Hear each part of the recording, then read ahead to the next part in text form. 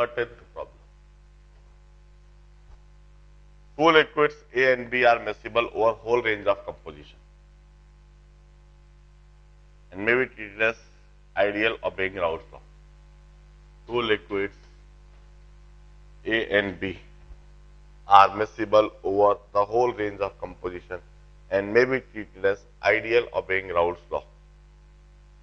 At 350 Kelvin, the vapor pressure of pure A is PA naught is 24 kPa and PB naught is 12 kPa at 350 Kelvin.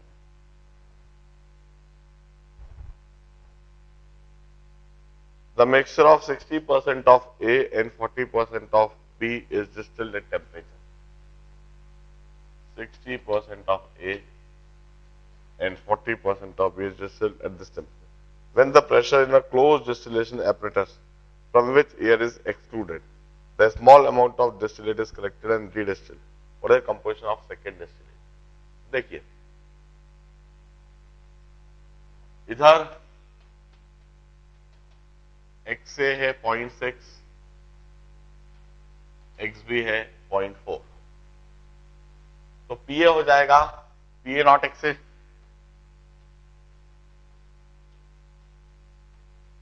PA not XA और PB हो जाएगा PB not XB. This is PA not की जगह 24 kPa into 0.6, PB हो जाएगा 12 kPa into 0.4. अब हम कहते हैं जब इसको हम डिस्टिल करेंगे तो फर्स्ट डिस्टिलेट में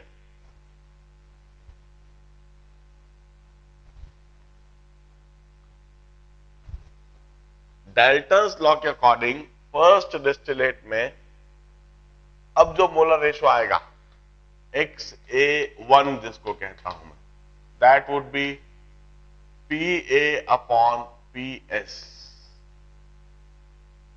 PA upon PS according to Dalton's law.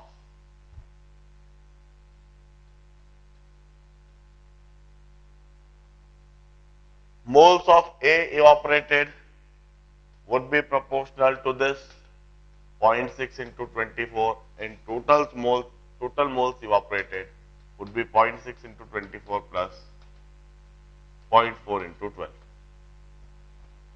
इसी तरह से फर्स्ट डिस्टिलेट में जो B होएगा that is PB upon PS.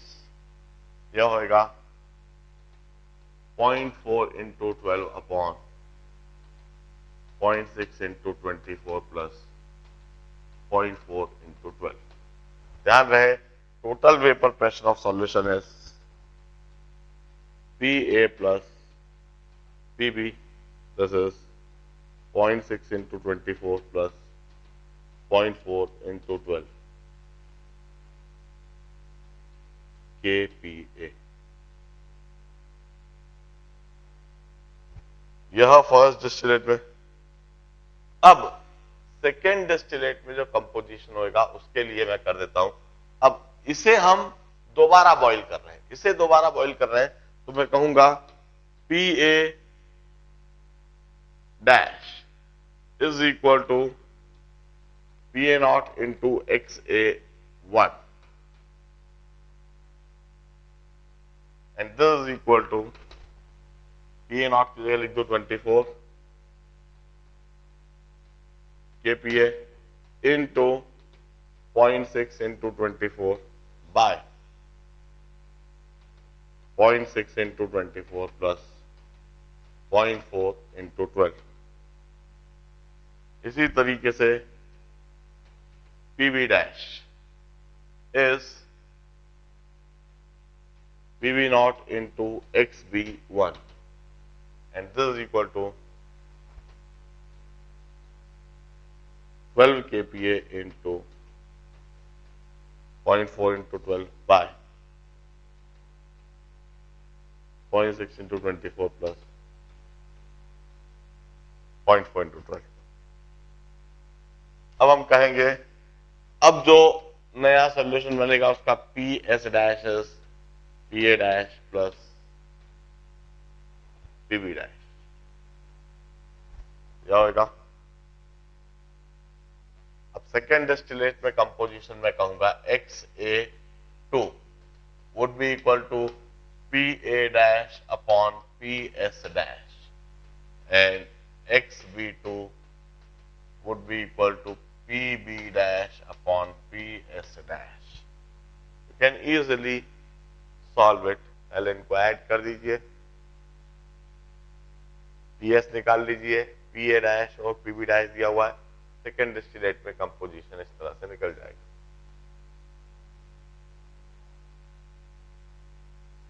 Thoroughly solve कीजिए, देखिए इसको एक बार चेक कीजिए. 33rd प्रॉब्लम करते हैं हम.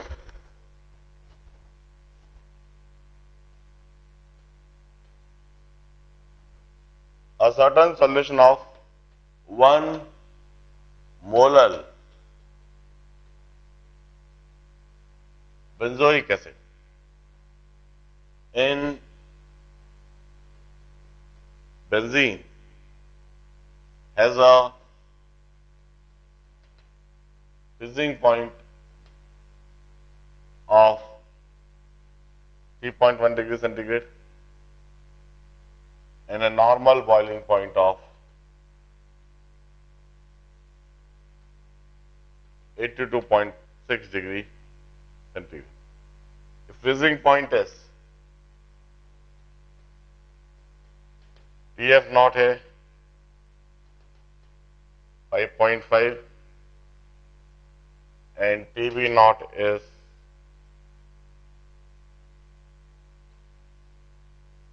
80.1 degree centigrade. Kf of benzene is 5.12 and Kb is 2.53. Explain this observation and suggest a structure of solid particle at 2 temperatures. देखिए, तो एक बात सोचे, फ्रीजिंग पॉइंट सबसे पहले एनालाइज करते हैं. Calculated delta TF is Kf into molality. Kf is 5.12, molality is 1. This is calculated delta TF. अब observed delta TF देखते हैं. Observed delta TF is 5.5 minus 3.1, that is 2.4. Want of factor I is observed delta TF upon calculated delta TF. Observed की जगह 2.4, calculated की जगह 5.12. It's nearly 1/2. Means it dimerizes at freezing point. कैसे dimerise होता है हम ऑलरेडी जानते हैं, क्लास में हमने यह चीज बता भी रखी है.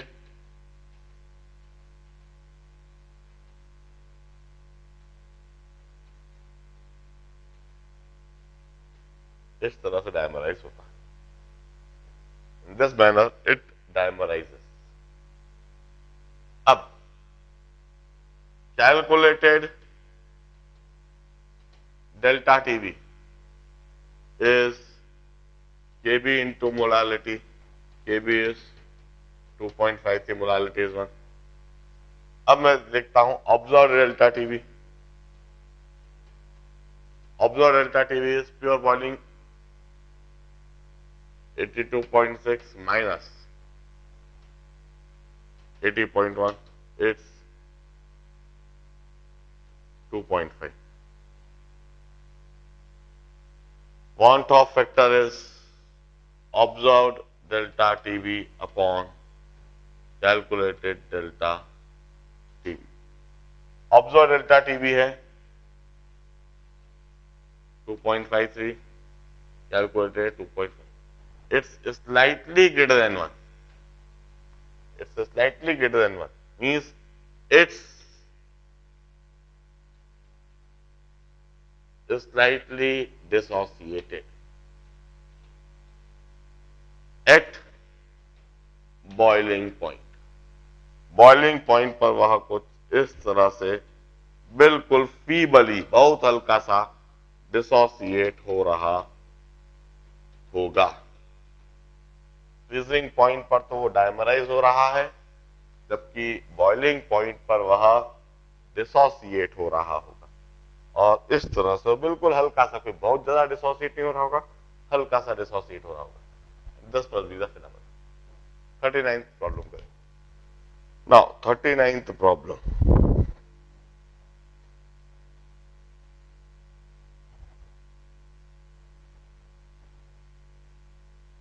When cell of a skeletal vacuole of frog were placed in the series of NaCl solution of different concentration at 25 degrees, it is observed that microscopically that they remain unchanged at 0.7% NaCl solution, shrank in and more concentrated, swelled in more. Water freezes from 0.7% salt solution at this. What is osmotic pressure of the cytoplasm? देखिए, एक simple सी बात है, उन्होंने बिल्कुल साफ साफ बोल रखा है कि 0.7% NaCl सॉल्यूशन में यदि डाला जाए तो वो न तो स्वेल होता है और न ही श्रिंक होता है। मतलब 0.7% NaCl सॉल्यूशन में ऑस्मोटिक प्रेशर 0 है। मतलब जो भी स्केलेटल वैक्यूल ऑफ फ्रॉग है उसके अंदर कंसंट्रेशन 0.7% NaCl के बराबर है। इससे ज्यादा कंसंट्रेशन हो जाएगा तो वो फैलेगा, फूलेगा, और इससे कम कंसंट्रेशन हो जाएगा तो वो सिकुड़ेगा। कम कंसंट्रेशन पर सिकुड़ेगा क्यों? क्योंकि उसके अंदर से पानी बाहर जाएगा। ज्यादा कंसंट्रेशन पर फैलेगा क्यों? कि बाहर से पानी अंदर आएगा। मतलब उसके अंदर जो कंसंट्रेशन है वह 0.7% NaCl के इक्विवेलेंट है। तो सबसे पहले तो 0.7% NaCl का मतलब समझ लो 0.7 ग्राम पर 100 ml, 0.7 ग्राम ऑफ NaCl पर 100 ml। इसका मतलब होगा 0.7 अपॉन 58.5 मोल्स ऑफ NaCl पर 0.1 लीटर, और इसका मतलब होगा 0.7 upon 58.5 into 2 moles of non volatile solute पर 0.1 लीटर। तो कंसंट्रेशन हो जाएगा 0.7 इंटू 2 अपॉन 5.85 मोल। यह कंसंट्रेशन हो गया। अब osmotic pressure is pi equal to CRT। Dissociation हमने ऑलरेडी अकाउंट कर ही लिया है, तो सीधा पाई इक्वल टू CRT लगा दे। C की जगह 0.7 into 2 upon 5.85 moles per litre. R की जगह 0.0821 लीटर एटमॉस्फेयर पर मोल पर डिग्री केल्विन, और टेम्परेचर की जगह 298 केल्विन। इस तरह से ऑस्मोटिक प्रेशर पाए।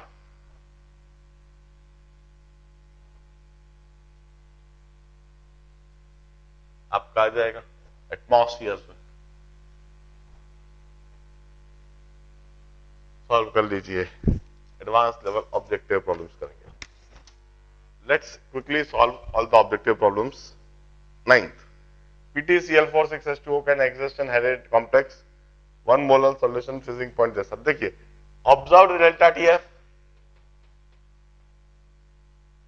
is 9th वाला प्रॉब्लम कर रहा हूं। ऑब्जर्व्ड डेल्टा TF is 3.72 और Calculated delta TF is KF into molality. KF दे रखा है 1.86 और मोलालिटी दे रखी है 1.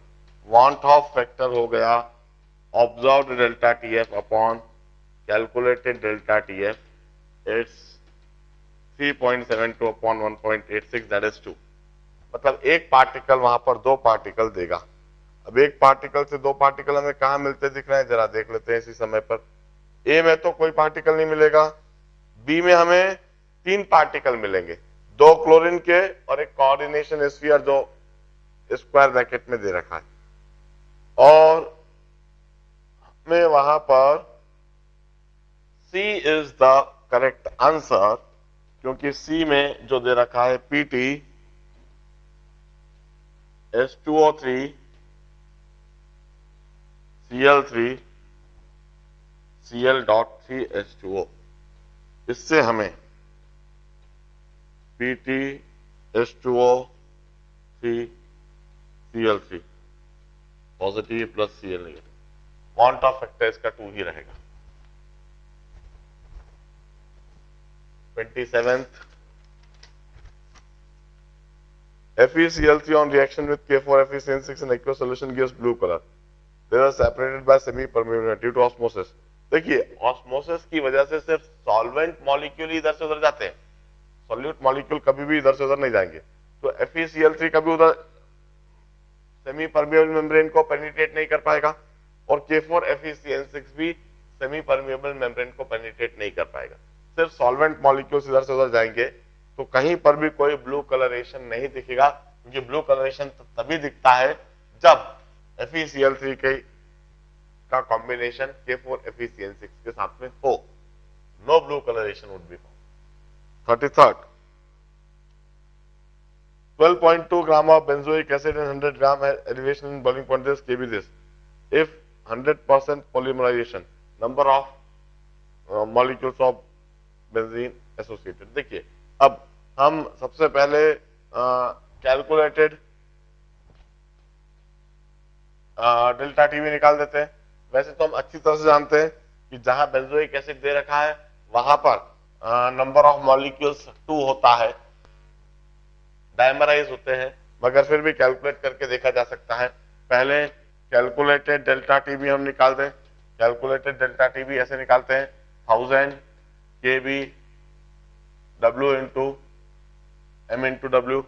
अब कैलकुलेटेड डेल्टा टीबी के लिए इस फॉर्मूले में रख देते हैं 1000 Kb की जगह पर 0.54, W की जगह पर 12.2 अपॉन मॉलिक्यूलर वेट की जगह पर 122 इंटू 18 ग्राम स्क्वायर. फिर हम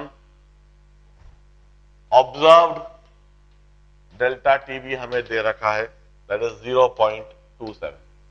फिर हम van't Hoff factor is equal to observed delta TB upon calculated delta TB करके निकालें तो यह वांट ऑफ फैक्टर 2 आ जाएगा, जिसका मतलब है इट वांट ऑफ फैक्टर 1/2 आ जाएगा, इसका मतलब है it dimerise.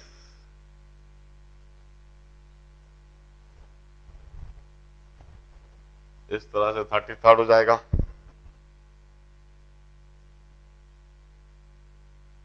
35th,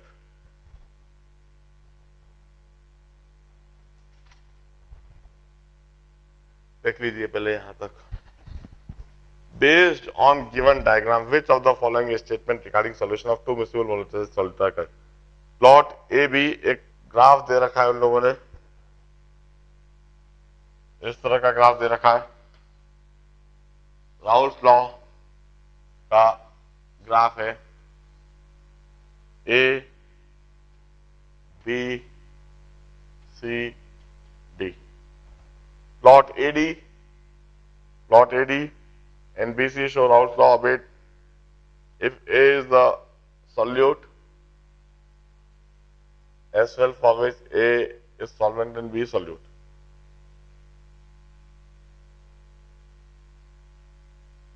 A is solute as well as for that in which A is solvent and B is solute.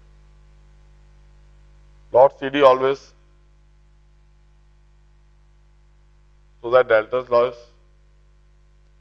Point two बिल्कुल सही है, EF plus EG is equal to VH। हम कहते हैं पॉइंट टू और three तो मुझको बिल्कुल सही दिख रहा है। प्लॉट CD जो है वह Dalton's law of partial pressure demonstrate करता है, because this plus this is always equal to this, तो डाल्टन्स लॉ है। और डाल्टन्स लॉ को ही पॉइंट थ्री में भी लिख रखा है कि EF plus EG is equal to VH, तो पॉइंट थ्री भी सही है। अब पॉइंट ए देख लेते हैं, प्लॉट AD एंड BC, तो Raoult's law is obeyed for ABC, तीनों ही सही है, तीनों पॉइंट वहां पर बिल्कुल सही है। पॉइंट ए में राउल्स लॉ का डेमोन्स्ट्रेशन दिख रहा है that PA is directly proportional to XA और PA is equal to PA naught XA and PB is directly proportional to XB और PB is equal to PB naught XB। ये Raoult's law और ये point one में described है। Point two में Dalton's law described है, that is PS equal to PA plus PB, ये point two में डिस्क्राइब्ड है। और पॉइंट थ्री में वही चीज को उन्होंने ग्राफिकली दिखा रखा है। तो ABC all the three statements are correct. 37 problem solution का प्रॉब्लम नहीं है, रिडॉक्स टाइट्रेशन का प्रॉब्लम है। रिडॉक्स टाइट्रेशन जब पढ़ेंगे तब इसको जरूर समझेंगे। इसी के साथ हम सॉल्यूशन चैप्टर को फिनिश डिक्लेयर करते हैं। कोई सी भी और डाउट हो तो ट्राई करते रहना। Anyway this much number of doubts are more than required, more than sufficient। Almost हर तरह के सवाल, हर तरह के डाउट्स इधर तक आ चुके हैं। कल से हम फ्रेश चैप्टर चालू करेंगे। आज के लिए इतना ही। Good bye, good day.